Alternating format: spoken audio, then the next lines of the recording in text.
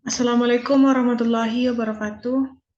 Perkenalkan, nama saya Widya Pitaloka dengan NIM 2004-2294, Prodi Ilmu Administrasi Negara dengan mata kuliah Ekonomi Publik. Baiklah, untuk pertemuan kali ini saya akan mempresentasikan PPT saya pada pertemuan kedua, yaitu konsep-konsep dasar ekonomi politik dan pembangunan. Yang pertama itu ekonomi politik. Bidang studi yang mempelajari interaksi antara kekuasaan politik dan ekonomi dalam suatu masyarakat.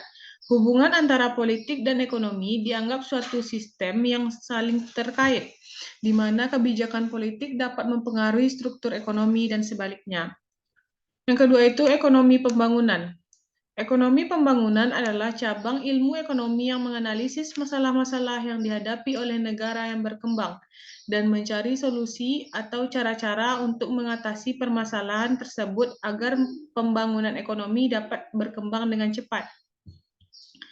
Selanjutnya, ekonomi politik. Menurut Sugianto, ekonomi politik adalah suatu studi hubungan sosial, terkhusus hubungan kekuasaan yang saling mendukung produksi, distribusi, dan konsumsi sumber daya. Pendekatan sebuah studi termasuk ke dalam ranah paradigma kritis, yaitu implikasi praktis dan mempunyai pengaruh terhadap perubahan sosial. Ekonomi pembangunan. Menurut Sudono Sukirno tahun 1985, ekonomi pembangunan didefinisikan sebagai suatu cabang ilmu ekonomi yang bertujuan untuk menganalisis masalah-masalah yang dihadapi oleh negara-negara berkembang dan mendapatkan cara-cara untuk mengatasi masalah-masalah ini agar negara-negara tersebut dapat membangun ekonominya dengan lebih cepat lagi.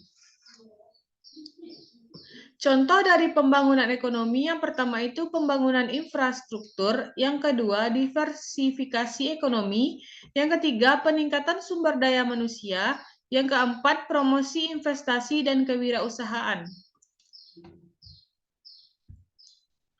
Selanjutnya, adapun manfaat ekonomi politik dan pembangunan. Yang pertama itu untuk mengetahui bagaimana kebijakan ekonomi politik dirumuskan dalam suatu negara dan diimplementasikan dalam suatu negara dan siapa saja yang terlibat dalam perumusan, pengambilan keputusan dan kebijakan tersebut.